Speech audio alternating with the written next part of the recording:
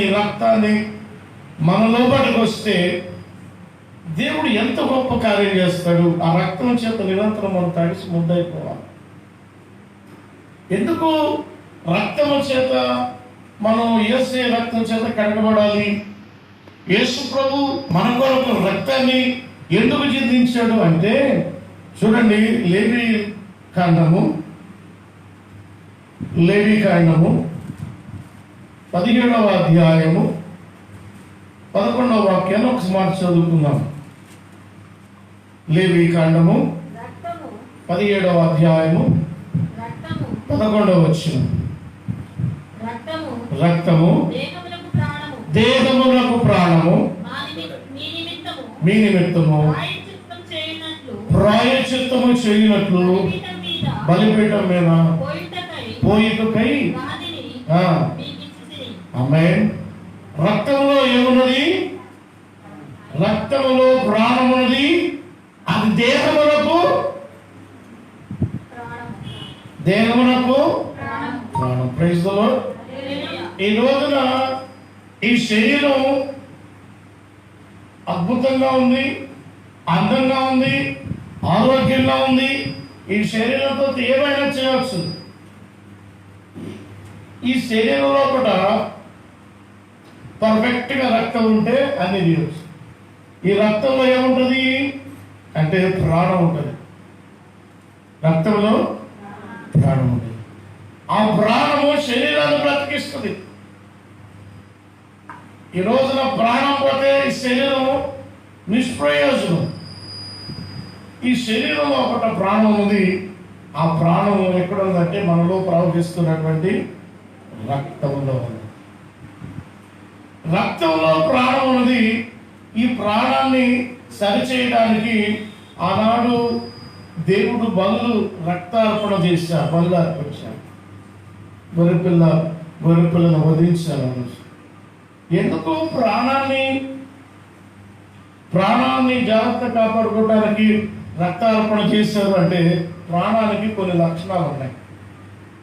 ప్రాణంలో కొన్ని లక్షణాలు. ప్రాణము మనసుకు సంబంధించింది.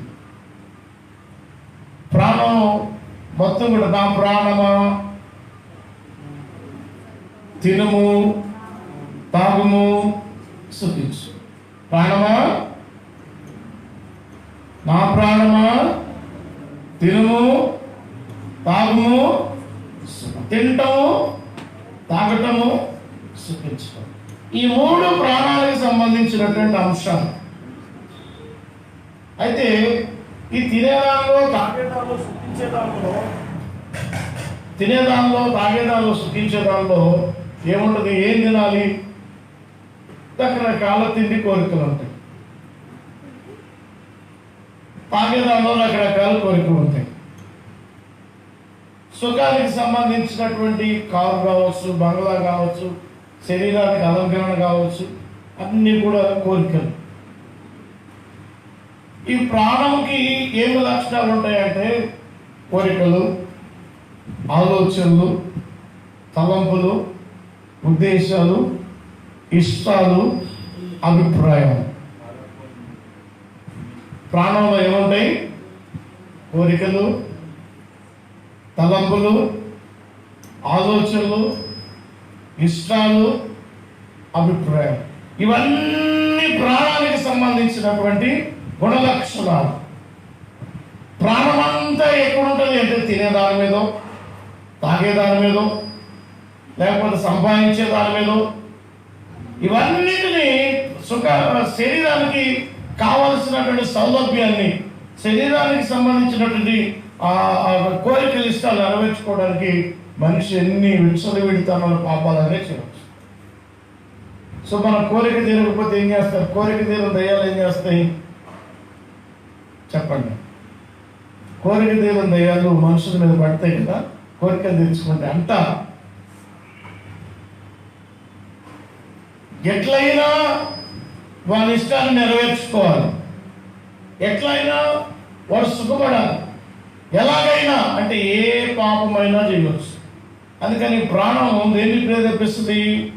తినేదాని మీదకి, తాగేదాని మీదకి, సుఖపడే వాటి మీదకి మనిషిని ప్రేరేపిస్తుంది కదండి. అంటే రక్తానికి ఏం లక్షణాలు ఉన్నాయి? రక్తం ఎక్కడ ఉందంటే శరీరంలో ఒకటి ఉంది. ఈ శరీరానికి ఏం కావాలి? మంచి బంగారం కావాలి, మంచి సౌందర్యం కావాలి, మంచి సుఖం కావాలి, మంచి క్షేమం కావాలి, అన్ని రకాల సౌలభ్యాలు ఈ శరీరానికి కావాలి. ఆత్మకేం అక్కర్ల. ఆత్మకి ఏం కావాలంటే ఒకటే కావాలి, ఏంటంటే పరిశుద్ధత కావాలి. ఆత్మ పరిశుద్ధతను కోరుతుంది, శరీరం లోకంలో ఉన్నటువంటి అన్నిటిని కోరుకుంటుంది. అందుకని ఈ ప్రాణం అంతా వాటి మీదకి వెళ్ళిపోతుంటే ఈ ప్రాణాన్ని కంట్రోల్ చేయడానికి, అంటే నీ ఆలోచనలు కంట్రోల్ చేయాలి, నీ తలపులు కంట్రోల్ చేయాలి, నీ ఇష్టాలను కంట్రోల్ చేయాలి, నీ అభిప్రాయాలను కంట్రోల్ చేయాలి, నీ ఆలోచనలు కంట్రోల్ చేయాలి. ఒక మాటలో చెప్పాలంటే శరీర సంబంధమైన నేత్రాశ, శరీరాశ, జీవపడంబం మొత్తాన్ని పరిశుద్ధతలోకి తీసుకురావాలి అంటే రక్తం పద్ధతిలో ఉండాలి. అంటే మన యొక్క మనసు పద్ధతిగా ఉండాలి. కోరిక లేకపోతే మనిషికి ఏం లేదు, ఇక ఇష్టాలు లేకపోయింది ఇక మనిషి కోరిక లేనివాడు ఈ లోపల ఏం పని చేయదు అవసరంగా. అది అపరిమితమైనటువంటి కోరికలు, అపరిమితమైన ఇష్టాలు, ఇవన్నీ మనిషిని పాపం వైపు నడిపిస్తూ ఉన్నాయి. ఈ ఇష్టాలన్నీ మనిషిని పాపం వైపు నడిపిస్తూ ఉన్నాయి. అందుకే ఎబ్రిల్కి రాసిన పత్రిక 9వ అధ్యాయం 22లో మాట్లాడాడు చూడండి.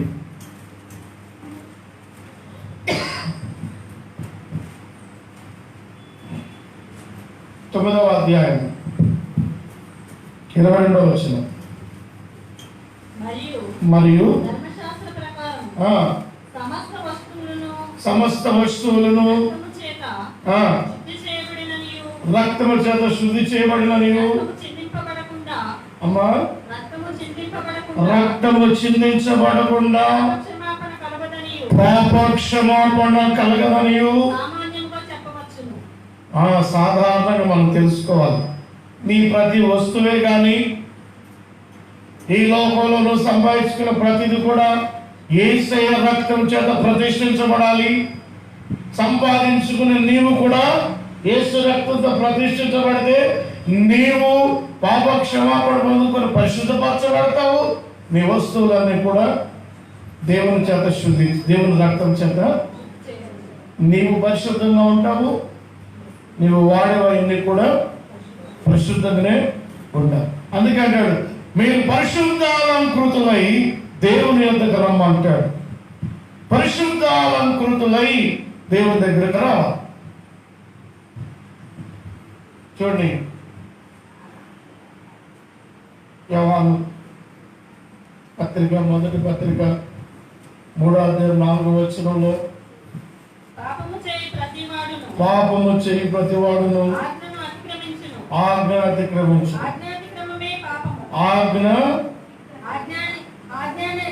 ఆజ్ఞాతిక్రమమే పాపము. పాపమును తీసివేసుటకై ఆయన ప్రత్యక్షమాయనని మనకి తెలియాలి. ఆయన యందు పాపమేమీ లేదు. Praise the lord. యేసు ప్రభువులో పాపము లేదు కనుక పాపము లేని వాడు మన కొరకు ప్రాయశ్చిత్తం చేయాలి. ఆయన బలి అర్పించబడాలి. రక్తం చిందించడం వలన మన రక్తంలో ఉన్నటువంటి సమస్త దుర్గుణాలన్నీ కూడా నాశనం అవుతాయి. అంటే మన కోరికల్లో, మన ఆలోచనల్లో, మన ఇష్టాల్లో, మన తలంపుల్లో, మన కార్యాల్లో, అనగా శరీరాశ, నేత్రాశ, జీవ కుటుంబం ఏదైతే ఈ ప్రాణాలకు ఉంటుందో అవన్నీ కూడా నీతిమంతులని యేసు రక్తం చేత కడగబడాలి. అంటే మన తలంపులు శుద్ధీకరించబడాలి. ఇది చాలా పెద్ద ప్రక్రియ. ఆ రక్తాన్ని మలినపరచుకోకూడదు, అనగా కోరికలు మలినపరచుకోవద్దు, ఆలోచనలు మలినపరచుకోవద్దు. ఆలోచనలో పరిశుద్ధత ఉండాలి, కోరికల్లో పరిశుద్ధత ఉండాలి, తలంపుల్లో పరిశుద్ధత ఉండాలి. అభిప్రాయాల్లో పరిశుద్ధత ఉండాలి, ఉద్దేశాల్లో పరిశుద్ధత ఉండాలి. ఇవన్నీ మన మనసుకు సంబంధించిన లక్షణాలు. మనసు ఎట్లాగితే అటు వెళ్ళిపోతాం. మందు తాగేటవాడిని అదే 10 రోజులు మానేసావు కదా, ఇంకా మళ్ళీ ఎందుకు తాగుతున్నట్టు మనసు లాగేస్తుందండి. మనసు ఉండట్లేదు, మనసు బాగా విచారంలో మునిగిపోయినది. ఎలాగో మానిపించి చేశారు. వాడి ఇంట్లో కూర్చొని ఆ మనిషి గుర్తొస్తుంది. ఏంది పదే మనసు లాగుతూ ఉంటుంది. ఆ పాపము అలాగా మనిషిని ఆకర్షిస్తాను. అంటే మనస్సుకు సంబంధించిన ప్రతి దాన్ని, మనిషి వాడే ప్రతి వస్తువుని యేసు రక్తము చేత శుద్ధి చేయకపోతే మనిషి దేవునికి సమీపంగా ఉండలేదు. దేవునికి స్తోత్రం కలుగును గాక. అందుకే యెషయా గ్రంథం 59వ అధ్యాయంలో ఆ మొదటి 2 వచనాలు మనం చూసుకున్నట్లయితే, యెషయా గ్రంథం 59వ అధ్యాయము, రక్షింపనేల ఎండినట్లు యెహోవా హస్తము కొరచకాలేదు, విననేల ఎండినట్లు మందము కాలేదు. నీ దోషములు నీకును నీ దేవునికి, ఆమేన్, నీ దోషములు మీకును దేవునికి అడ్డుగా వచ్చిన, అనగా దేవునికి మనలో ఉన్నటువంటి కోరికల్లో, తలంపుల్లో, ఆలోచనల, ఉద్దేశాల్లో, ఇష్టాల్లో, అనగా మనసుకు సంబంధించిన ప్రతి పాపము దేవునికి మనకి మధ్య పెద్ద అడ్డు కూడా నిర్మించారు. దేవుడు మనకు దూరం అయిపోతాడు. కాబట్టి మనసును ఏం చేయాలి? పరిశుద్ధపరచుకోవాలి. మనసు పరిశుద్ధపరచబడాలి, కోరికలు పరిశుద్ధపరచబడాలి, ఆలోచనలు పరిశుద్ధపరచబడాలి, తలంపులు పరిశుద్ధపరచబడాలి, ఇష్టాలు పరిశుద్ధపరచబడాలి. అంటే మొత్తం నీ స్వాధీనంలోకి రావాలి. దేవుని యొక్క స్వాధీనంలోకి రావాలంటే నీ కొరకు యేసు ప్రభు రక్తం చిందించకపోతే ఇది జరగనే. కోరికల్లో తేడా ఉంది, ఆలోచనలో తేడా ఉంది, అభిప్రాయంలో తేడా ఉంది, ఉద్దేశంలో తేడా ఉంది. వాటన్నిటిలో పాపం అడ్డొచ్చింది. ఎప్పుడైతే పాపం అడ్డొచ్చిందో, లోకం దానికి దాసోహం అయిపోయిందో, లోకానికి ఇవన్నీ లోకంలోకి వెళ్ళిపోయినాయో, అప్పుడు జరిగేటువంటి ప్రమాదం ఏంటంటే దేవుని ముఖాన్ని మనకు కనబడకుండా చేస్తుంది. అర్థమవుతుందండి? మన కోరికలు సరిగా ఉండకపోతే, మన మనసు సరిగా ఉండకపోతే, మనసు నిండా దేవుణ్ణి ఆరాధించకపోతే మనల్ని దేవునికి దూరం చేస్తుంది. ఇప్పుడు మన మనస్సులో దేవుని నిండా ప్రాధాన్యత, దేవునికి అత్యధికంగా ప్రాధాన్యత లేకపోతే, మనసు నిండా ప్రాధాన్యత లేకపోతే ఇప్పుడు మనం దేవునికి ఏమై ఉంటామై అంటే విరోధులమై ఉంటాం. ఆనాటి ప్రజలు వారి ఇష్టానుసారంగా తాగారు, ఇష్టానుసారంగా సుఖించారు, ఇష్టానుసారంగా బ్రతికారు. నోవా కాలంలో కానివ్వండి, మోషే కాలంలో కానివ్వండి, ఏ కాలంలో చూసినా మనసుకు నచ్చినట్టు బ్రతికారు, పాపంతో నిండిపోయారు. కాబట్టి దేవునికి వారికి మధ్య దూరం పెరిగిపోయింది. మనుషులకి దేవునికి మధ్య ఆ దూరాన్ని తగ్గించాలి అని అంటే ఖచ్చితంగా మళ్ళా నీతిమంతులు రావాల్సిందే. ప్రైజ్ ది లార్డ్, హల్లెలూయా. అందుకే 38వ అధ్యాయం 4వ వచనం, కీర్తనల గ్రంథం 38:4 కీర్తనలు, నా దోషములు నా తల మీదుగా నేను మోయలేని బరువు వలె. ఆమేన్. చూడండి, దోషములన్నీ కూడా తల మీద పోయబడి ఉన్నాయి. అవి మోయలేనంతగా ఉంది అంట. మనిషి మీద ఈ పాపపు దోషములు, పాపపు క్రియలు ఎక్కడ కూర్చుంటాయి? మామూలు సామెత ఉంది, నెత్తి మీద వీరికి దరిద్ర పెద్దము కూర్చుందరా అంటారు. నెత్తి మీద వీరికి దరిద్ర పెద్దము కూర్చుందరా అంటారు కదండి. విన్నారా ఈ సామెత? మన దోషములు ఎక్కడ కూర్చుంటున్నాయి? మన దోషాలు, మన పాపాలను ఎక్కడ కూర్చుంటున్నాయి? మన తల మీద కూర్చుంటున్నాయి. అవి ప్రభు కృపను మనలోకి రానియకుండా, ప్రభు ప్రేమ మనలోకి రానియకుండా అవి బహుభారంగా ఉంటాయి. మనల్ని కృంగదీస్తాయి, మనల్ని బలహీనపరుస్తాయి, మనల్ని ఇబ్బందికరమైన పరిస్థితులకు తీసుకొస్తాయి. మనసు నిర్మలంగా లేదనుకోండి, మనసు నెమ్మదిగా లేదనుకోండి, ఎలాగుంటుంది పరిస్థితి? ఎలాగుంటుంది? మనసు నెమ్మదిగా లేదు, మనసు కలవరంతో ఉంది, మనసు ఆందోళనతో ఉంది, మనసు గలిబిలైపోతా ఉంది. 4 రోజుల క్రితం నేను హాస్పిటల్కి వెళ్ళడానికి రెడీ అయ్యాను. 8 గంటలకు మా డ్రైవర్కి ఫోన్ చేశాను. స్విచ్ ఆఫ్ ఉంది. రెడీ అయ్యి కూర్చున్నాను. వెళ్ళాలి, ఫోన్లు వస్తున్నాయి. ఫోన్ స్విచ్ ఆఫ్ ఉంది. నేను వారం వీళ్ళని పంపించిన, ఆయన స్విచ్ ఆఫ్. సరే, మొత్తానికి 12 గంటలకు ఫోన్ అయింది. ఇంకా వస్తాడు, ఇంకా వస్తాడు, ఇంకా వస్తాడని ఎదురు చూస్తాను. 12 అయింది. అప్పుడు ఫోన్ చేసి, నేను అప్పటికి వేరే డ్రైవర్ని పిలిపించుకుందాము అని మాట్లాడుకుంటున్న సమయాన, అన్న వేరే డ్రైవర్ అక్కర్లేదు, నేను వస్తానని ఫోన్ చేసిన. 12 అయిపోయింది, 1 గంట అయిపోయింది, ఫోన్ రావట్లేదు, మనిషి రావట్లేదు. ఇక నాకు బీపీ ఒక రేంజ్లో లేచింది. మామూలుగా లేదు, అంత హై బీపీ అనమాట. మామూలుగా వచ్చే నాకు బీపీ ఉంటుంది, బాగా హై బీపీ అయిపోయింది. కోపం నష్టాలను కండిపోతా ఉంది. కనబడితే కొట్టే అంత కోపం వచ్చేస్తాను. సరే, మొత్తానికి వచ్చినాడు. నేను ఏం మాట్లాడలేదు, కార్లో కూర్చున్నా, మౌనంగా కూర్చున్నా. ఎందుకంటే మగ నేను మాట్లాడటం ఆరంభిస్తే నాకు బీపీ ఎక్కువైపోద్దేమో, మళ్ళా అది నన్ను ఏమైనా డ్యామేజ్ చేస్తుంది. ఇప్పుడు నేను నెమ్మది పరచబడ సైలెంట్గా కూర్చున్నా. కొద్ది దూరం అయిపోయిన తర్వాత దేవుడు చిన్న ఆలోచన పెట్టాడు. వాక్యం వినుమన్నాడు. నేను యూట్యూబ్లో వాక్యం చెవి దగ్గర పెట్టుకుని వింటా ఉన్నా. ఒక అద్భుతమైన సాక్ష్యాన్ని దేవుడు వినిపించాడు. చాలా జాగ్రత్తగా ఆలోచించండి. సాక్ష్యం ఒక కలెక్టర్ గారి సాక్ష్యం. కర్ణాటక రాష్ట్రంలో ఒక జిల్లాకి కలెక్టర్ ఆయన ఒక పెద్ద సభ జరుగుతూ ఉన్నదట. ఆ సభకు వెళ్ళాడంట.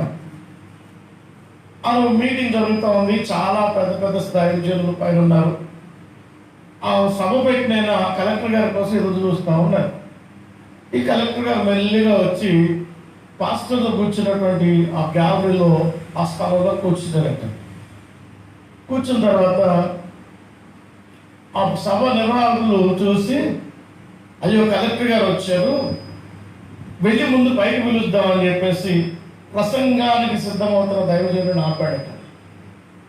ఈ దైవజనులు కూడా మరి కలెక్టర్ గారు కదా గౌరవించాలన్నట్లుగా ఆయన ఆ వాక్యం ఆపి ఆయన పైకి వెళ్ళడానికి కిందకి వెళ్ళారంట. వెళ్ళిన తర్వాత ఆయన్ని బ్రతిమలాడుతున్నారంట. కలెక్టర్ గారు ఆ రోజు ఆయన సాక్ష్యం ఉన్నది, సాక్ష్యం చెప్పడానికి వచ్చాడు. కలెక్టర్ గారు మీరు పైకి రండి అని అంటే, నేను రానయ్యా, మీరు సాక్ష్యం చెప్పాలండి, నేను కింద ఉండే చెప్తా, మీరు పైకి రండి, మీరు కలెక్టరు అంటే. ఆ కలెక్టర్ గారు చెప్పిన మాట అంటే, నేను కలెక్టర్నే ఒక జిల్లాకు మాత్రమే, పైన కూర్చున్నటువంటి దైవజనులు ప్రపంచాన్ని కదిలించడానికి దేవుడు అభిషేకించినటువంటి గొప్ప అభిషేకులు వారి ప్రక్కన కూర్చోవడానికి నాకు అర్హత లేదండి అన్నాడు. పైన కూర్చున్నవారు, ప్రభు పేరట పిలువబడినవారు, ప్రభు చేత అభిషేకించబడినవారు, పరిశుద్ధులుగా ఎంచబడినవారు, ఈ ప్రపంచం మొత్తాన్ని వారి ప్రార్థనలతోనూ ప్రపంచ మానవాళి సమస్యలని వారి యొక్క సమస్యలన్నిటినీ ప్రార్థనలతో ప్రభు చేతులకు తీసుకురాగలిగినటువంటి ఆ నీతిమంతుల పక్కన, ఆ పరిశుద్ధుల పక్కన కూర్చోవటమా, వారితో మాట్లాడటమా నేను తగిన వాడిని కాదండి అన్నాడు. క్రైస్తవుడు హల్లెలూయా. ఈ సేవకులందరూ ఆశ్చర్యపోయారు. ఆయన ఒక జిల్లాకు అధికారి, ఒక జిల్లాకు అధికారి. ఆయన మాట్లాడిన మాట ఎంత గొప్ప మాట అండి. వారు ప్రభు చేత ఏర్పాటు చేయబడినవా, వారు ప్రభు చేత అభిషేకించబడినవా, వారు ప్రభు చేత ప్రత్యేకపరచబడినవా, వారు ప్రభు చేత ప్రపంచ మానవాళి కొరకు విజ్ఞాపన కార్యము జరిగించుచున్నారు, దేవుని కార్యములు జరిగించుచున్నవారు. కాబట్టి వారితోటి నేను పాలుభావిస్తుంది కాలేను. సరే, కలెక్టర్ గారికి మైక్ ఇచ్చారు, సాక్ష్యం చెప్తూ ఉన్నాడు. చిన్నపిల్లవాడు, వారు వయసు అక్కడ చిన్నపిల్లవాడుగా వాళ్ళమ్మ కడుపులో పడినప్పుడు ఆ కలెక్టర్ గారు వాళ్ళ నాన్నగారు చనిపోయినాడు. అయితే వాళ్ళ కమ్యూనిటీలో అనగా వయసు దానికి సంబంధించినటువంటి వాళ్ళందరూ కలిసి వీళ్ళని పట్టించుకోకుండా వెలివేస్తారట. ఆకలి బాధలతో అలమటిస్తుండగా దగ్గరలో ఒక చర్చి ఉంటే ఆ సంగతులు పోతా వస్తా వీడు బాధలు చూస్తూ ఉన్నారట. క్రైస్తవులు చూస్తూ ఉండి మెల్లిగా వాళ్ళతో మాట్లాడి, అమ్మ మందిరానికి రండి, ప్రభు మిమ్మల్ని ఆదరిస్తారు, మీరు మందిరానికి రండి, ప్రభు మీకు సహాయం చేస్తారు, మీరు మందిరానికి రండి, ప్రభు మిమ్మల్ని పోషిస్తాడు అని చెప్తున్నప్పుడు వాళ్ళకి ముందు ఆకలి బాగా తీరాలి. చిన్నపిల్లలు చాలా ఇబ్బందికరమైన పరిస్థితుల్లో ఉన్నారు. ఎప్పుడైతే వాళ్ళు మందిరానికి వచ్చారో మందిరంలో కొంతమంది వాళ్ళకి భోజనం పెట్టడం ఆరంభించారు. అమ్మ ఈరోజు ఇదిగో మేము గుప్పిడి బియ్యం ఇచ్చాం, ఈరోజు మీరు వండుకోండి, ఇదిగో ఈ డబ్బులు మీరు ఉంచుకోండి, మీ పిల్లలు పోషించుకొని మెల్లగా ఆ కుటుంబానికి ఆదరించడం స్టార్ట్ చేశారు. కొద్ది రోజులు పోయేసరికి ఆ ప్రజలు ఎవరైతే వీళ్ళని కులం నుంచి వెలివేశారో, మన కులం ఏంటి, మన ఏంటి, మీరు మామాది కూడా దేవుడి దగ్గరికి వెళ్ళారేంటి, మిమ్మల్ని మేము దగ్గరికి రానియం. అయ్యా, నాకు ఆకలి అయినప్పుడు నా కులం నాకు అన్నం పెట్టాలి, నా పిల్లలు విలవిల్లాడుతున్నప్పుడు ఇబ్బంది పడుతున్నప్పుడు మీరు ఎవరు ఆదరించలా, ఆ చర్చి ఆదరించింది. ఆ యేసు ప్రభు పిల్లలు నా పిల్లలకి సాయం చేశారు. ఇప్పుడు నా పిల్లలకి స్కూల్కి ఫీజులు కడతా ఉన్నారు. ఆ పిల్లగాడు పెరిగి పెద్దగా 5 ఏళ్ళ వయసు వచ్చినప్పుడు మందిరానికి వెళుతున్నాడు, సండే స్కూల్కి వెళుతున్నాడు, వస్తున్నాడు. 5 ఏళ్ళ వయసులో పాస్టర్ గారికి ఒక డౌట్ వచ్చింది.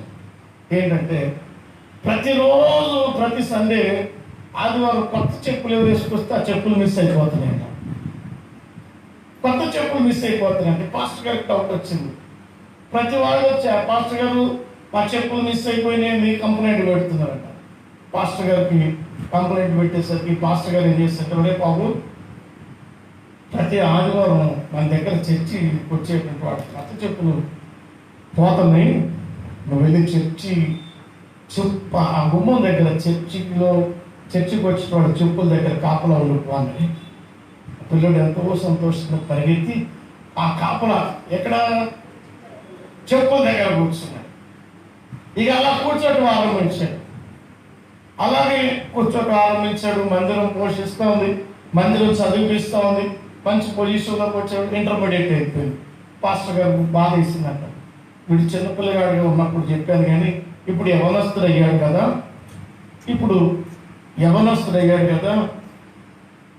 యవనస్తుడికి చెప్పుల దగ్గర కూర్చోబెట్టడం బాగుండదు, కాబట్టి ఈ యవనస్తుడిని లోపల కూర్చోబెట్టుకుందాం అని చెప్పేసి పాస్టర్ గారికి పిలిచి, అరే బాబు ఇక చెప్పుల దగ్గర కూర్చోవద్దురా, ఇంటర్మీడియట్ పాస్ అయ్యావు కదా, నువ్వు లోపలికి రాలేదు అంటే, అయ్యగారు నాకు ఈ పనిలో తృప్తి ఉంది అయ్యగారు, నేను ఇదే పని చేస్తాను. మరి నువ్వు ఇంటర్మీడియట్ రా కాదు,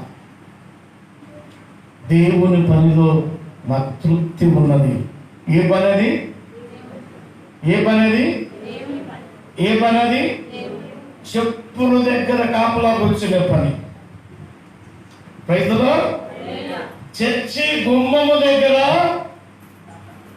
మందిరంలో పట్టి ప్రభువుని ఆరాధించడానికి వచ్చేటువంటి మనుషుల యొక్క చెప్పుల దగ్గర కూర్చోవడం, అది కూడా దేవుని పని అనుకుంటున్నాడు. ఎంత గొప్ప మాట. ఇంటర్మీడియట్ అయిపోయింది, డిగ్రీ అయిపోయింది, ఆంధ్ర యూనివర్సిటీలో పీజీ చేస్తున్నాడు. మళ్ళా పాస్టర్ గారు, రే బాబు ఇప్పుడు యూనివర్సిటీలో పీజీ చేస్తున్నాం, సెలవులకు వచ్చినప్పుడల్లా మళ్ళీ ఈ పిల్లడు చెప్పుల దగ్గర కూర్చుంటాడంట, పోయి అక్కడే కూర్చుంటాడంట. ఆ పాస్టర్ గారికి బాధ అవుతుంది. మంచి చదువు చదివింది, ఉన్నతమైన చదువు చదివాను. ఏంటి పరిస్థితి? పాస్టర్ గారు వెళ్ళి, అయ్యా నువ్వు పెద్దవాడు అయిపోయినావు, పెద్ద చదువులు చదువుతున్నావు, యూనివర్సిటీలో చదువుతున్నావు, నువ్వు పీజీ చేస్తున్నావు, నువ్వు చెప్పుల దగ్గర లోపల ఏదన్నా పనికి అంటే అలాగే పాస్టర్ గారు అని చెప్పినాడంట. పాస్టర్ గారు వాక్యం చెప్తున్న సమయంలో ఈ పిల్లడు లేటుగా వచ్చి మళ్ళా చెప్పుల దగ్గర ఏం కూర్చున్నాడు. పాస్టర్ గారు మా చర్చిలో పెద్ద చదువు చదువుతుంటే ఒకటే పిల్లగాడు కదా, నేను లోపలికి రమ్మన్నాను కదా, ఇంకా రావట్లేదు అని వాక్యం చెప్పడం ఆపేసి బయటికి వెళ్ళి చూస్తే చెప్పుల దగ్గర ఏ కాపులా కూర్చున్నాడంట. క్రైస్తవులో హల్లెలూయా. ఆ పిల్లడిని అడిగాడంట, ఏదైనా నువ్వు ఇంతమంది స్థాయికి వచ్చినావు, ఏం అవసరం అంటే, నా దేవుని మందిరం ముందు నేను తగ్గించబడవలసి ఉన్నది, ఇది నాకు ఇష్టము అన్నాడంట. దేవునికి స్తోత్రం. హల్లెలూయా, హల్లెలూయా. చూడండి, గొప్ప చదువు చదువుతున్నాడు, మరలా చెప్పుల దగ్గర కూర్చున్నాడు. ఈ లోపల ఆయనకి ఢిల్లీలో సీట్ రావటం, కలెక్టర్ గ్రూప్ ఎగ్జామ్స్ రాసి సెలెక్ట్ అయినాడు, ప్రిలిమినరీ అన్ని పాస్ అయినాడు, కలెక్టర్గా ట్రైనింగ్ అయిపోయినాడు. 3 నెలలు కర్ణాటక స్టేట్లో ఒక జిల్లాకి ఆయనని అధికారిగా నియమించారు. 3 నెలలు డ్యూటీ చేసిన తర్వాత పాస్టర్ గారికి ఫోన్ వచ్చినాడు. పాస్టర్ గారు, నేను ఫలానా మాట్లాడుతున్నాను, చెప్పయ్యా ఎలా ఇప్పుడు నేను కలెక్టర్ అండి. Praise the lord. ఎక్కడ? కర్ణాటకలో కలెక్టర్గా చేస్తున్నా, 3 నెలలు డ్యూటీ అయిపోయిందండి, నేను వచ్చి మందిరంలో సాక్ష్యం చెప్తానండి. హల్లెలూయా. ఇక పాస్టర్ గారికి ఎక్కడ లేని ఆనందం. ఓ మా మందిరం బిడ్డ చెప్పుల దగ్గర కూర్చున్నాడు, మందిరం బిడ్డ కలెక్టర్ అయినాడు. పాస్టర్ గారు అంటున్నాడంట, బాబు నువ్వు రా, 5 నిమిషాలు ముందే రావాలా అంటే, ముందే వస్తా పాస్టర్ గారు, నా పక్కనే కూర్చోవాలా. ఎక్కడ ముందెక్కడ కూర్చున్నాడు? చెప్పుల దగ్గర. పాస్టర్ గారు అంటున్నాడు, నా పక్కనే కూర్చోవాలా, ఈరోజు నువ్వు సాక్ష్యం చెప్పాలి. అలాగే పాస్టర్ గారు, తొందరగా రాయ్యా, ముందు రాకండి. 5 నిమిషాలు ముందే వస్తా. చర్చి స్టార్ట్ అయిపోయింది, పాటలు పాడుతున్నారు. కలెక్టర్ గారి కోసం చైర్ ఒకటి వేసి పెట్టారు. పాస్టర్ గారు చైర్ వైపు చూస్తున్నాడు, కలెక్టర్ కుమ్మం వైపు చూస్తున్నాడు. కలెక్టర్ రాట్లా, నేను వస్తానన్నాడు కదా, ఇంకా వస్తాడేమో, ఇంకా వస్తుంది. ఇక వాక్యం చెప్పే టైం అయిపోయింది. పాస్టర్ గారు ఇంకా కలెక్టర్ గారు రాలేదు, ఎవరైనా ఇంటికి పంపిద్దాం, ఎక్కడ దాకా వచ్చాడో కనుక్కుందాం బయటకు వచ్చి చూస్తే మళ్ళా చెప్పుల దగ్గర కూర్చున్నాడు. పాస్టర్ గారికి గుండె పగిలిపోయింది. ఏందయ్యా, ఒక జిల్లాకి నాయకుడు కదా, ఒక జిల్లాకి అధికారం కదా, నువ్వు ఎక్కడ కూర్చుంటే, నా దేవుని మందిరంలో నేల మట్టుకు తగ్గించబడటం నాకు ఇష్టమండి అన్నాడట. Praise the lord. పాస్టర్ గారు కళ్ళకు నీళ్ళు పడ్డ రాసి గుండెలు కట్టుకొని, ఇది ప్రభు కోరుకునేది. Praise the lord. ఆ సాక్ష్యం వింటుంటే నా కళ్ళను రాలిపోతానని హాస్పిటల్ పోయిందా కళ్ళం నేను రాలుతున్నాయి. కోపం అంతా చల్లారిపోయింది. ఏంటి అని ఆలోచన చేస్తే, యేసు రక్తము చేత కడగబడిన వారు నేల మట్టుకు తగ్గించబడతారు. వాళ్ళ మనసులో కోరిక లేదు హెచ్చించబడాలని, వాళ్ళ మనసులో గొప్పతనం లేవు, వాళ్ళ మనసులో ఇష్టాలు లేవు, అభిప్రాయాలు ఏం లేవు. తన ఇష్టం అంతా ఏంటంటే నా ప్రభు దగ్గరికి రావాలి, నా ప్రభు మందిరంలో ఉండాలి. రైతులో కలెక్టర్ గారు చెప్పుల దగ్గర కూర్చో తెలుసుకుని నాకు నుంచి నా కళ్ళ నుండి నీళ్ళు రాలటం ఆరంభిస్తే హాస్పిటల్ దగ్గరికి పోయిందాక నా కళ్ళ నీళ్ళు వస్తున్నాను. అవును కదా, యేసు ప్రభు రక్తంతో కడగబడిన మనలో ఎంత సమాధానం ఉండాలి. ఎంత నెమ్మది ఉండాలి, ఎంత తగ్గించబడాలి, ఎంత లోబడాలి, ఎంతగా సమర్పించబడాలి. స్తోత్రం కలుగుతుంది. హల్లెలూయా. ఎప్పుడైతే ఈ ప్రాణం మనల్ని డామినేట్ చేస్తాం, అనగా కోరికలు మనం డామినేట్ చేస్తాయో, ఆలోచనలు మనం డామినేట్ చేస్తాయో, ఇష్టాలు మనల్ని ఏలతాయో, అభిప్రాయాలు మనల్ని నడిపిస్తాయో, అంత మటుకు నీ జీవితంలో తగ్గింపు రానే.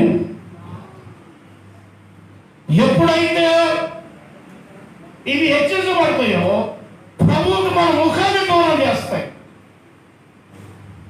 ఇవన్నీ పాపానికి సాదృశ్యం. గర్వము, కోరికలు, ఇష్టాలు అన్నీ కూడా ప్రభు దగ్గరికి మనం రాను. ఇప్పుడు కలెక్టర్ గారు కోరుకుంటే చర్చ మొత్తం స్వాధీనం కాదా?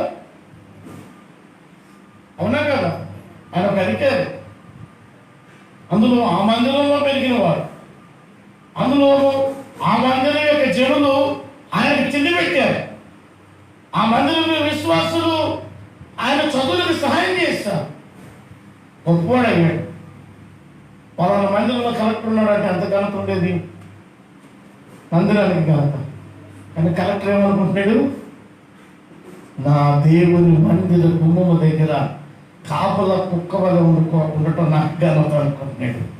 Praise the Lord. హల్లెలూయా. ఎందుకంటే ఆయన యేసు రక్తము చేత కడగబడిన వాడు,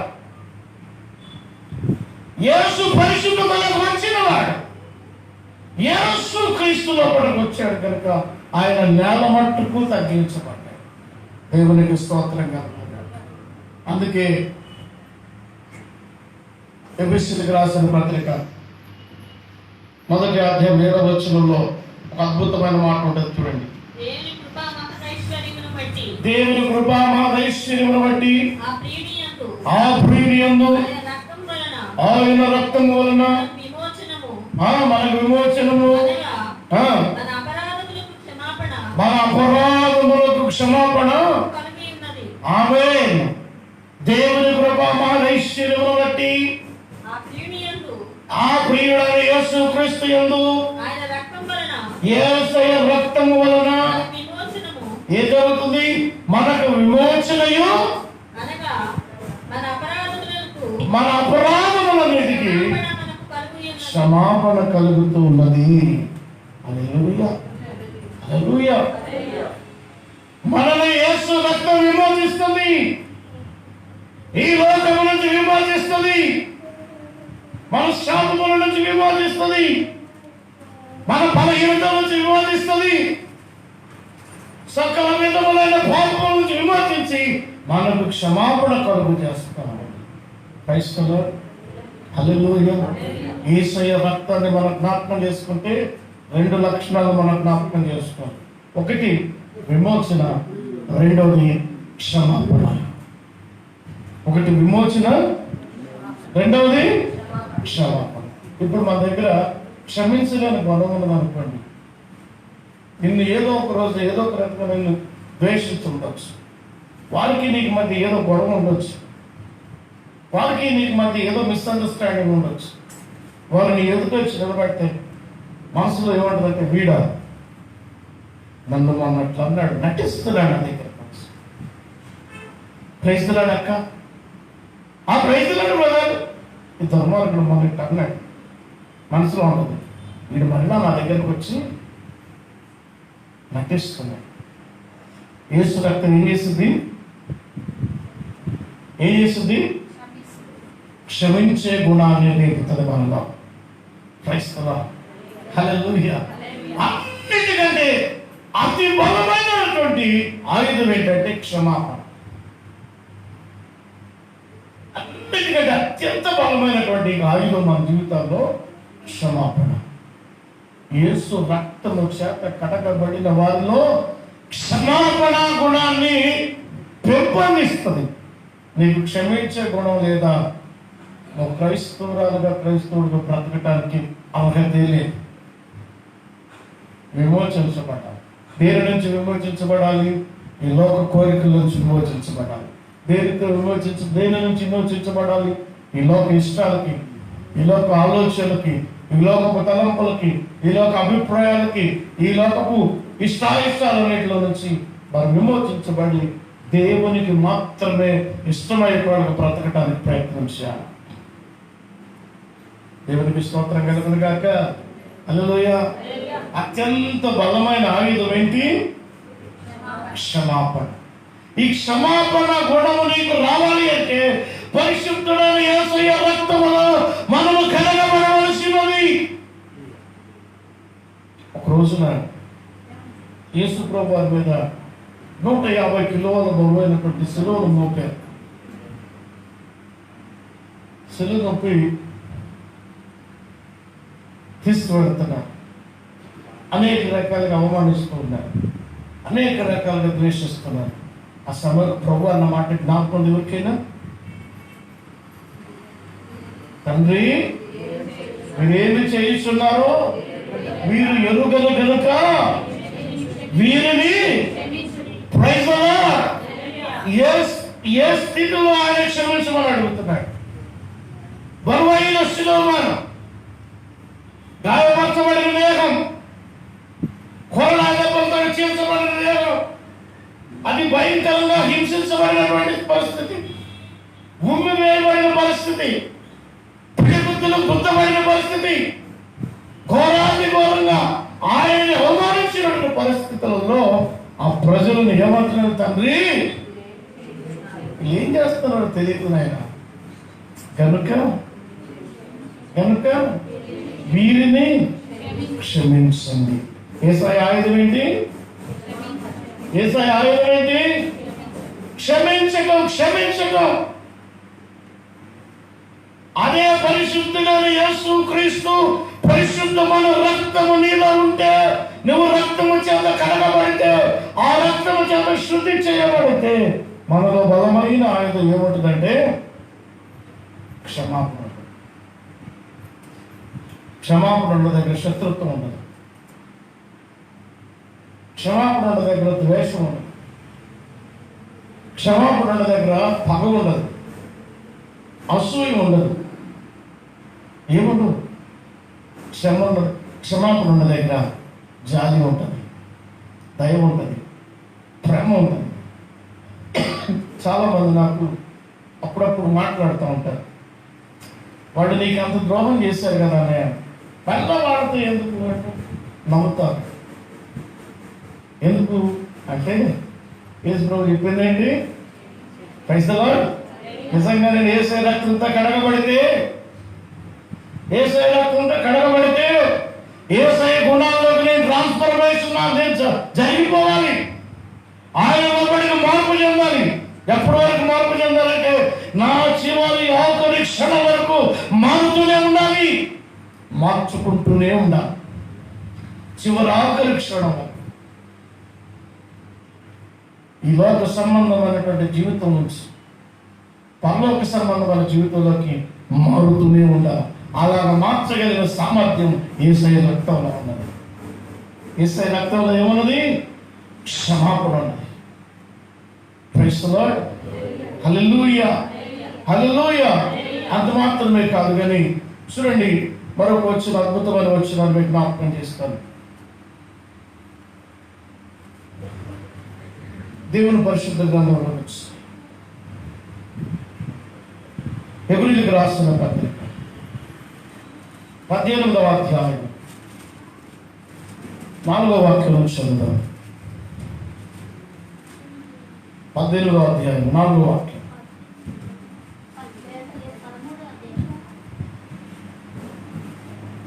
పదమూడవ అధ్యాయం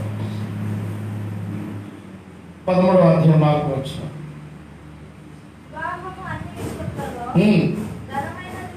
వివాహం అనే విషయంలో ఘనమైనది గాను, పార్పు నిష్కలంకమైనది గాను ఉండవలెను.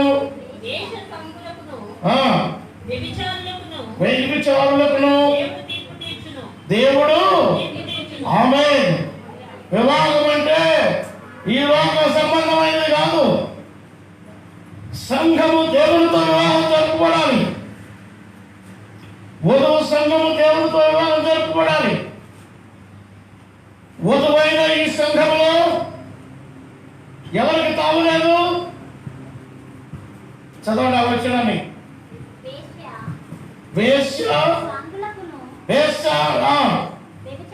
వ్యభిచారులను తీర్పు తీర్చును, ధనాపేక్ష లేని వారై తృప్తి పొంది ఉండండి. ధనాపేక్ష ఉండకూడదు, వ్యభిచార మనసు ఉండకూడదు. వ్యభిచార మనసు ఏంటి? ఇదొక మనసు ఉంటుందా? ఖచ్చితంగా ఉంటుంది.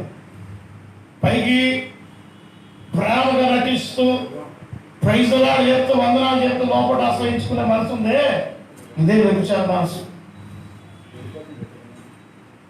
ఈ మనసు ఉండకూడదు, దేని మీద అపేక్ష ఉండకూడదు.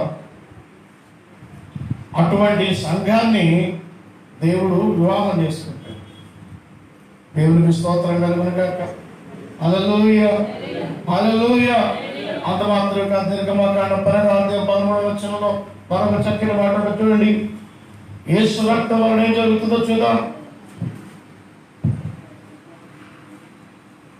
నిర్గమకాండం 12వ వచనం.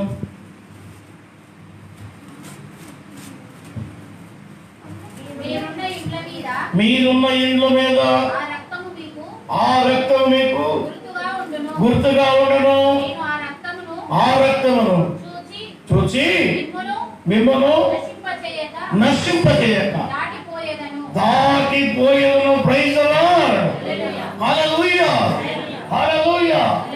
ఏ ఇంటి పైన, ఏ హృదయం పైన, ఏ మనస్సు పైన నిష్కలంకమైన యేసు రక్తపు ముద్రలు ఉంటాయో ఆ వ్యక్తిని దేవుడు కాపాడుతాడు. ఆ గుమ్మపు నిలువ కమ్మీల మీద, అడ్డు కమ్మీల మీద గొర్రెపిల్ల రక్తం పూయబడినప్పుడు, సంహార దూత వచ్చినప్పుడు, మరణ దూత వచ్చినప్పుడు ఆ రక్తాన్ని చూసి, నిష్కలంకమైన యేసు రక్తాన్ని చూసి, నిందాలైన వారి యేసు రక్తాన్ని ఏ మనిషి మీద ఉంటుందో, ఏ ఇంట్లో ఉంటుందో, ఏ హృదయంలో రక్తం ఉన్నదో, ఏ మనస్సులో ఆ రక్తం గురించిన ధ్యానం ఉన్నదో, మరణ దూత వారిని దాటి కాపాడుతాడు. ప్రశ్న ఇప్పుడు మనలో ఏముండాలి? ఏముండాలి? మనలో పుట్టిన యేసు రక్తం. ఎప్పుడైతే యేసు రక్తాన్ని మనం ధ్యానించడం జ్ఞాపకం చేసుకుంటాం, యేసయ్య రక్తాన్ని మనం స్తుతిస్తున్నాము, మొదట మనకి క్షమాపణ ఆయుధం దొరుకుతుంది, రెండవదిగా విమోచన దొరుకుతుంది, మూడవదిగా మంచి సంఘంలో చేర్చబడి సంఘంతో దేవుడు వివాహం జరిపించుకుంటాడు, ఎంతబడే సంఘంలో చేర్చుకుంటాడు. నాలుగవదిగా అద్భుతమైన మాట ఏంటంటే, నీ జీవితంలో ఈ కలిగేటువంటి సంహార దూత, మరణ దూత, లేకపోతే నాశనకర్త ఎవడు వచ్చినా నీ మీద రక్తం ఉన్నట్టు చూసి, నీలో యేసయ్య రక్తం గురించినటువంటి ఆ ధ్యానాన్ని చూసి, ఆ యొక్క ఆ దేవుని రక్తంలో ఉన్నటువంటి పరిశుద్ధతను చూసి నిన్ను దాటి పెడతాడు.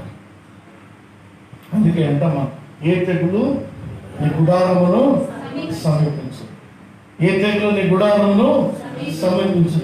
సమీపించకుండా ఉండాలంటే ఏముండాలి మనకి? నా సొంతని యేసు క్రీస్తు రక్తము నీ నాలుక మీద ఉండాలి, నీ నోటి నిండా యేసు రక్త ధ్యానం ఉండాలి, నీ మనసు నిండా యేసు రక్తాన్ని నింపుకొని స్తుతిస్తూ ఉండాలి. యేసయ్య రక్తం నీ మీద ప్రవహించినప్పుడు, నీ ఇంటి మీద ప్రవహించినప్పుడు, నిన్ను నీ కుటుంబాన్ని పాడు చేయాలని వస్తున్నటువంటి శత్రువైన సాతాను సమూలంగా దూరం చేయబడతాడు.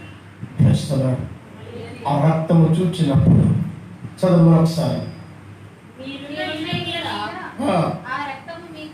ఆ రక్తం మీకు గుర్తుగా ఉండును.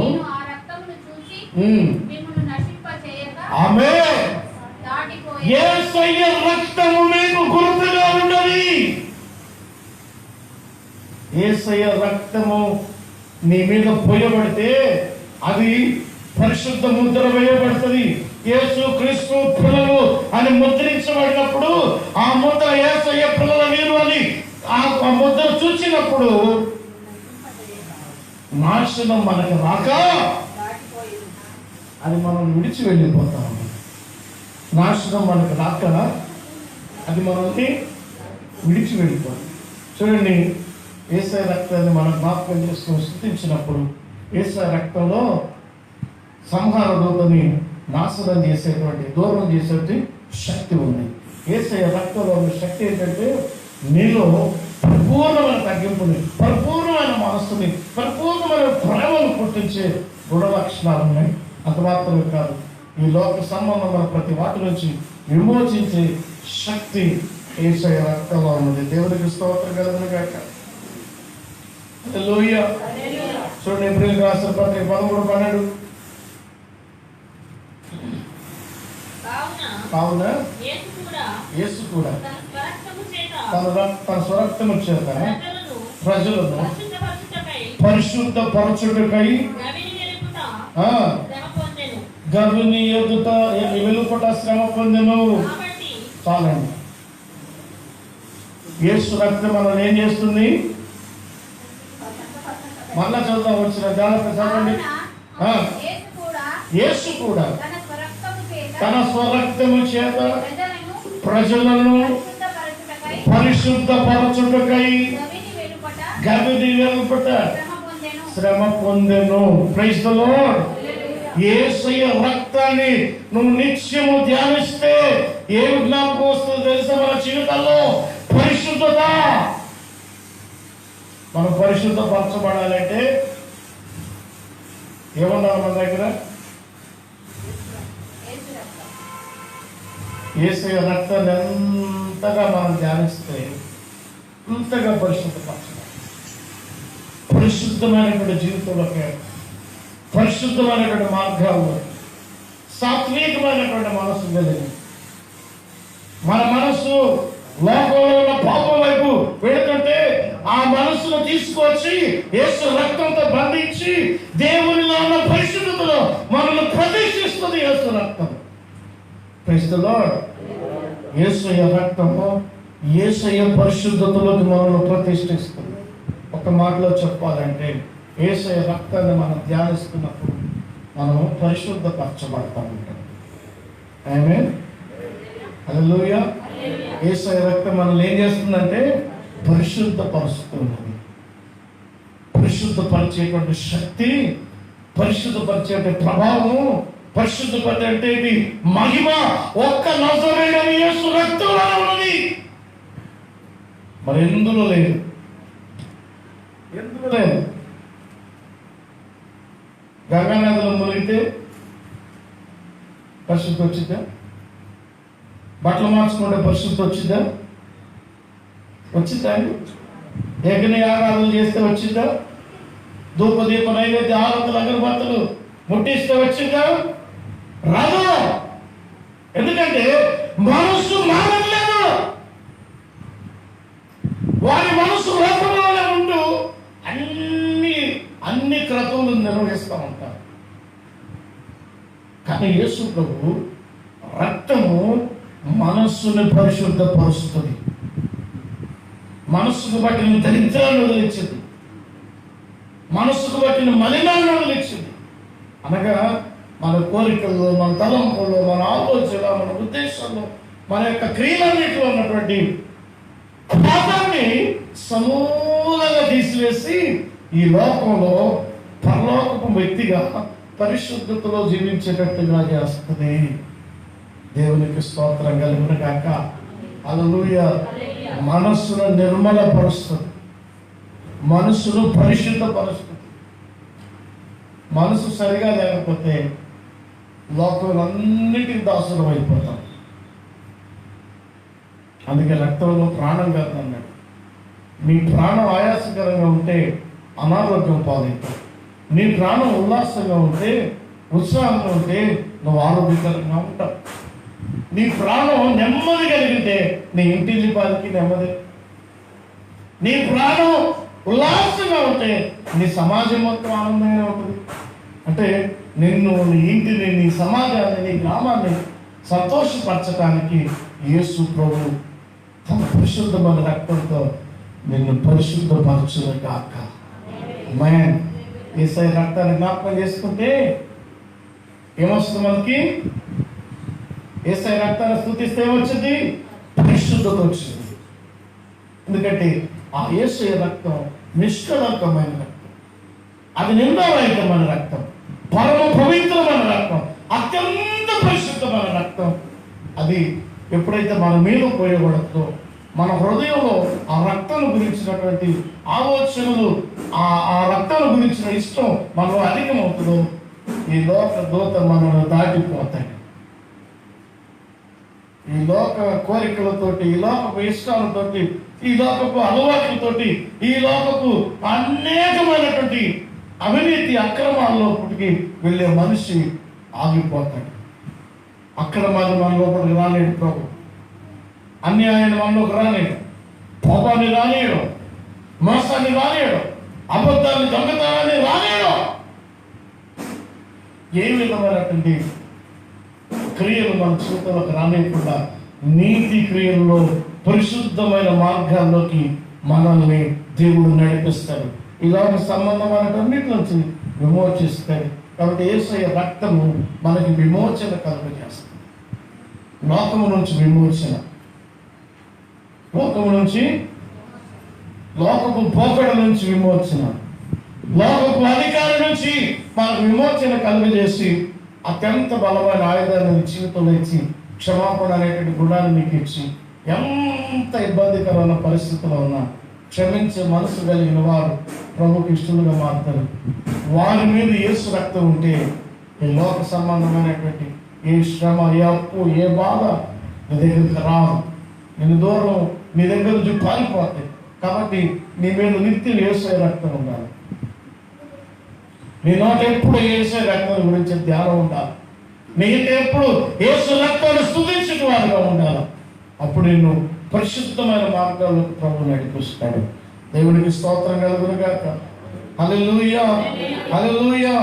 అంత మాత్రమే కాదు, అదే ఏప్రిల్కి రాసిన పత్రిక 10వ అధ్యాయంలో 19వ వచనంలో చూద్దాం. సహోదరులారా, యేసు ప్రతిష్ఠించిన అనగా నూతనమైనది జీవము గలది అను శరీరము ఏర్పరచబడినైనా మార్గమున ఆయన రక్తము వలన, జాగ్రత్త, ఆయన రక్తము వలన పరిశుద్ధపరచబడిన స్థలములందు ప్రవేశించుటకు మనకు ధైర్యం కలిగి ఉన్నది కనుక దేవుని ఇంటి పైన, దేవుని ఇంటి పైన గొప్ప యాజకుడు మనకున్నాడు కనుక మనస్సాక్షిని కల్మషము ఓచుకున్నట్లు ప్రోక్షింపబడిన నిర్మలమైన ఉదకముతో స్నానము చేసిన శరీరములో గలవారమై ఉండి విశ్వాస విషయంలో సంపూర్ణ నిశ్చయము కలిగి యథార్థమైన హృదయంతో దేవుని సన్నిధానమునకు చేరిదము. హల్లెలూయా. దేవుని సన్నిధికి రావటానికి దేవుడు కొన్ని క్వాలిఫికేషన్స్ ఇస్తున్నాడు, కొన్ని అర్హతలు ఇస్తున్నాడు. యథార్థమైన మనసు, నిష్కలంకమైన మనసు, నిందారహితమైనటువంటి మనసు కలిగిన వారు పరిశుద్ధ స్థలములోకి రావాలి అంటే, దేవుని సన్నిధానంలోకి రావాలి అంటే ఆయన రక్తం వలన మనకు పరిశుద్ధ కలిగితే తప్ప దేవుని సన్నిధికి రాలేదు. ఆమేన్. ఇప్పుడు దేవుని సన్నిధికి వస్తాం. యథార్థమైన మనసు ఉందా మన దగ్గర? నిష్కలంకమైన మనసు ఉందా మన దగ్గర? దేవుని యొక్క సన్నిధికి వస్తా ఉన్నాం. దేవుని యొక్క పరిశుద్ధ ద్వారంలోకి మనం ప్రవేశిస్తున్నాం. మళ్ళా అదే వచ్చును, మళ్ళా చూద్దాం. యేసయ్య మన కొరకు ప్రతిష్ఠించిన మార్గమున అనగా, బాగా ఆలోచించండి, యేసయ్య మన కొరకు ఒక స్థలాన్ని ప్రతిష్ఠించాడు. యేసయ్య మన కొరకు ఒక స్థలాన్ని ప్రతిష్ఠించాడు. పరలోకంలో మన కొరకు ఒక స్థలాన్ని ప్రతిష్ఠించాడు. భూమి మీద ఒక స్థలాన్ని ప్రతిష్ఠించాడు. పరలోకంలో యెరూషలేమును ప్రతిష్ఠించాడు. భూమి మీద మందిరాన్ని ప్రతిష్ఠించాడు. ఈ స్థలంలోకి మనం ప్రవేశించడానికి కొన్ని అర్హతలను దేవుడు చూపిస్తూ ఉన్నాడు. అనగా నూతనమైనది, జీవము గలది, ఆయన శరీరమును తెర ద్వారా ఏర్పరచబడినైనా మార్గమున ఆయన రక్తము వలన. ఎక్కడండి? హల్లెలూయా. అక్కడికి వెళ్ళాలి అంటే పరలోకానికి వెళ్ళాలంటే, ప్రతిష్ఠించబడిన స్థలంలోకి వెళ్ళాలి అంటే, ప్రతిష్ఠించబడిన ఈ మందిరంలోకి రావాలి అంటే ఆయన శరీరం అనే తెర ద్వారా, ఆయన రక్తము ద్వారా మనల్ని పరిశుద్ధపరచాలి. పరలోకానికి వెళ్ళాలంటే యేసయ్య రక్తం మనం శుద్ధి చేయాలి. మందిరంలోకి రావాలి అంటే కూడా యేసయ్య రక్తం మనల్ని శుద్ధి చేయాలి. యేసయ్య రక్తాన్ని ధ్యానించినప్పుడు పరలోకానికి భూమికి మధ్య, మన పరలోకానికి భూమికి ఎక్కి దిగుతూ ఉండాలి. అంటే మనం యేసయ్య రక్తంతో పరిశుద్ధపరచబడితే తప్ప మనకు అవకాశం ఉండదు. యేసయ్య రక్తం పరలోకానికి ప్రతిష్ఠించబడిన స్థలంలోకి తీసుకురాలి.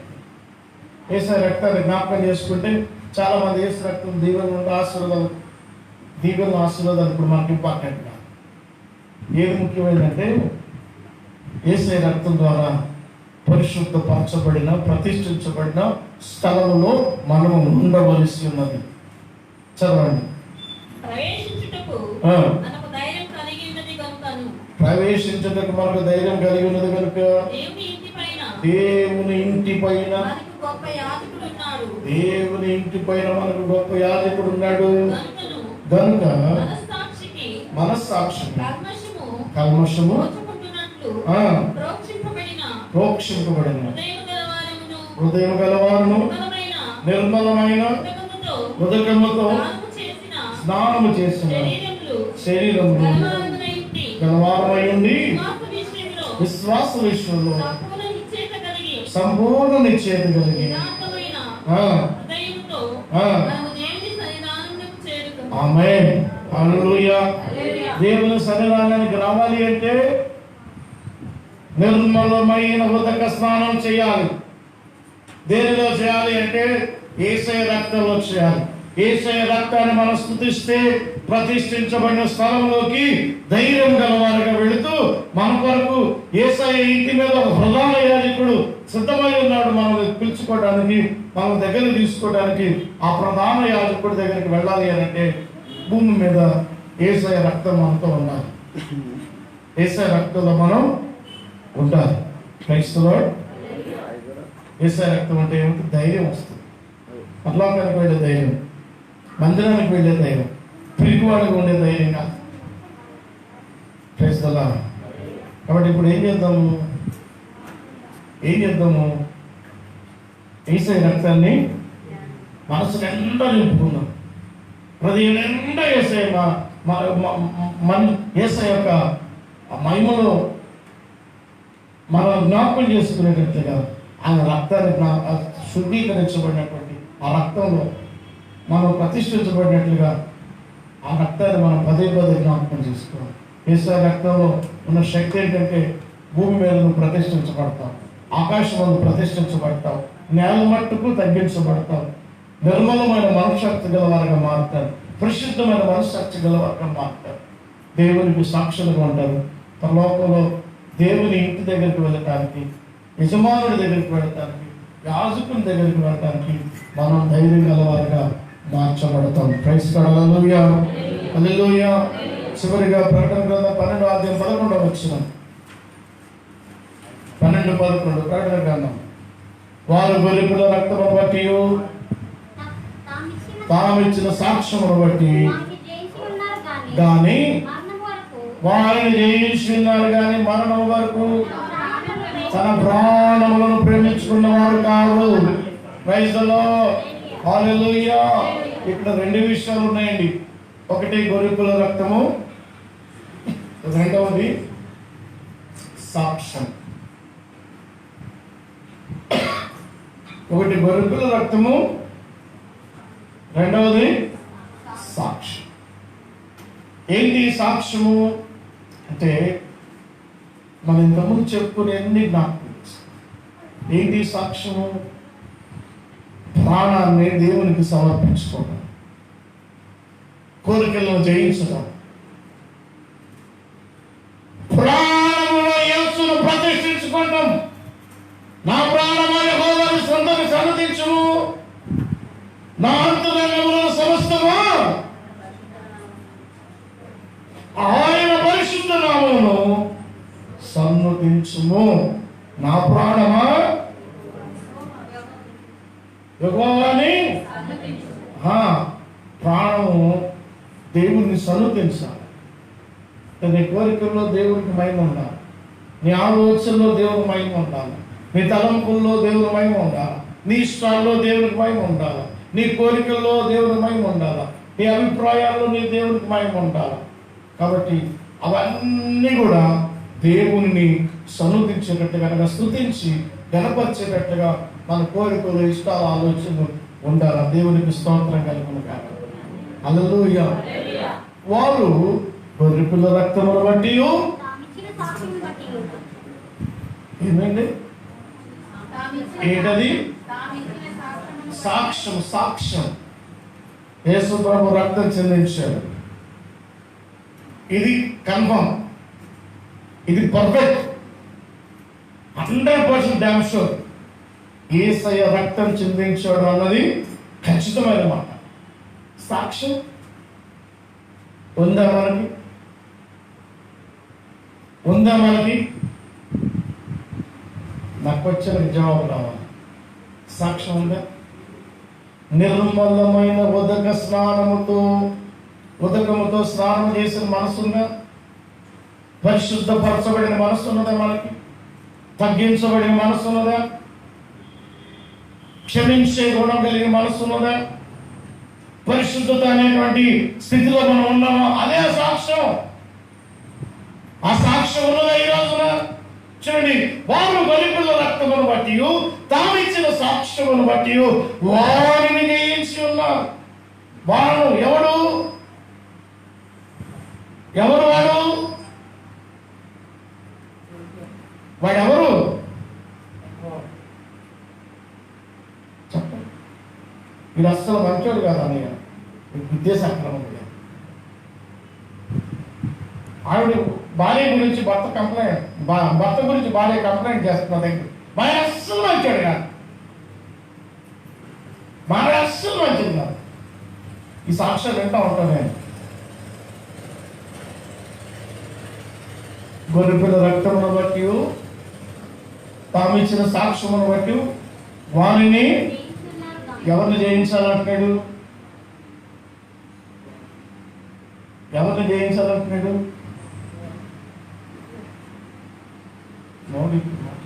ఎవరిని జయించాలంటున్నాడు? ఎవరు? డౌట్ వచ్చింది దాకా. ఎవరిని జయించాలంటున్నాడు? అపవాదిని జయించ. వారిని అనగా శత్రువైన సాతానుని నువ్వు జయించాలంటే యేసయ్య రక్తం ఉండాలి. యేసయ్య రక్తం నీలో ఉండాలి. యేసయ్య రక్తంతో కలగబడాలి. యేసయ్య రక్తంలో శక్తిని మనం ఆశ్రయిస్తే ఆయన మనస్సాక్షి మన దగ్గరికి వచ్చి ఆయన పరిశుద్ధతలోకి వస్తాం, ఆయన నీతిలోకి వస్తాం, ఆయన యథార్థతలోకి వస్తాం, ఆయన సద్గుణ లక్షణంలోకి మనం వస్తే తప్ప సాతాను మీద మనకు జయము రాదు. బాప్తిజం తీసుకుని యేసయ్య రక్తంలో కడగబడ్డానని చెప్పుకుంటూ అవే అబద్ధాలు, అవే మోసం, అదే ద్వేషం, అదే పగ, అదే బతికేం అనుకోండి. నువ్వు సైతాన్ని గాడి జయించడం కాదు కదా, వాడు నెత్తి మీద కాలేసి తొక్కుతాడు పాతాళాన్ని. నెత్తి మీద కాలేసి తొక్కుతాడు పాతాళాన్ని. యేసు ప్రభు రక్తం చిందించాలన్నది గ్యారంటీ. ఎంత గ్యారంటీయో నీ సాక్ష్యం కూడా అంత గ్యారంటీ ఉండాలి. ఆమేన్. హల్లెలూయా.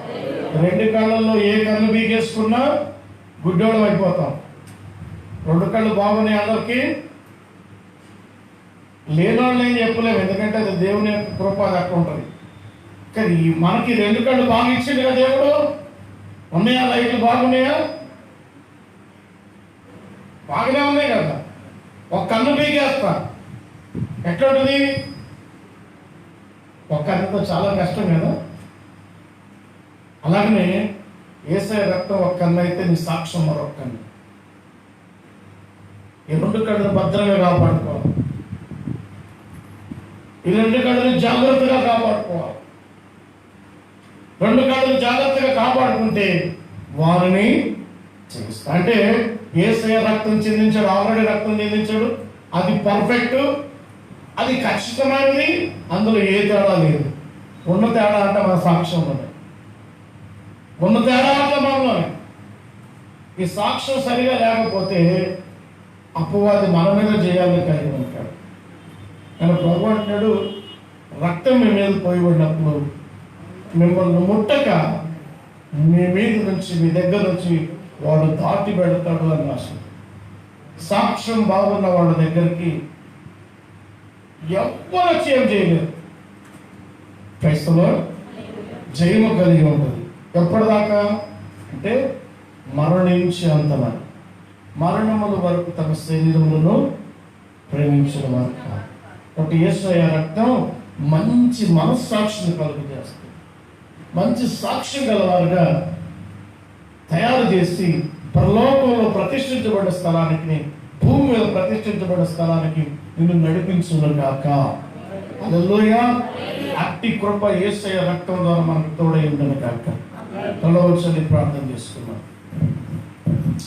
మహిమా స్వరూపుడా నీకు స్తోత్రాలు. ఈ పరిశుద్ధమైన రక్తం ద్వారా మా మనస్సును మేము జయించేటట్టు ఒక మార్గాన్ని తెలియజేస్తాం. మేము పరిశుద్ధపరచబడిన వారమని, యేసుక్రీస్తు రక్తం ద్వారా శుద్ధీకరించబడిన వారమని, మేము విమోచించబడిన వారమని, కల్వరి రక్తంలో మనల్ని శుద్ధి చేసి ఉన్నాడని మేము చెప్పుకొని ధైర్యం గలవారు ఉంటూ కొరకు ఈ రోజున మీ రక్తంలో ఉన్న ప్రాముఖ్యతను మాకు తెలియజేస్తున్నందుకు స్తోత్రాలు. జయించినవాడిగా నువ్వు మాకున్నావు. మేము కూడా జయించిన వారమై మా కొరకు ప్రతిష్ఠించబడిన స్థలంలో నువ్వు అడుగు పెట్టుటకు నీ పరిశుద్ధ రక్తం మా మీద ప్రోక్షించబడను కాక. అటు రీతికి మేము నడిపించబడను కాక. నీ కృప మా మీద నుంచి స్థిరపరచు, బలపరచమని యేసు నామమున ప్రార్థిస్తున్నాం తండ్రి. ఆమేన్.